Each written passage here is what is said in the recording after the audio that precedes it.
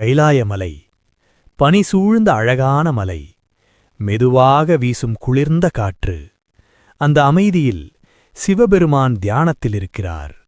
அவரை அன்போடு பார்த்துக் கொண்டிருந்தாள் பார்வதி தேவி.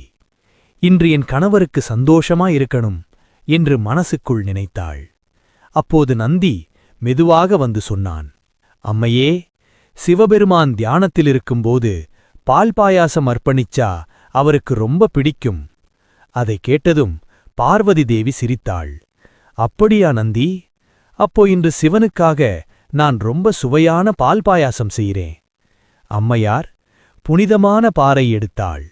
அதுல அரிசி, நெய், வெல்லம், ஏலக்காய், முந்திரி, திராட்சை எல்லாம் சேர்த்து அழகாக காய்ச்சி பாயாசம் செய்தாள்.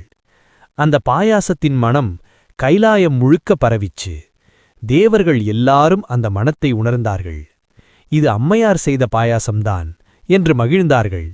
பார்வதி தேவி பாயாசத்தை எடுத்து